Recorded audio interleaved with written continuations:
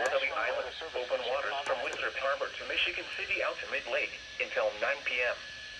At 7:34 p.m., an outflow boundary was located along a line extending from Pleasant Prairie to near Elgin, moving southeast at 25 knots.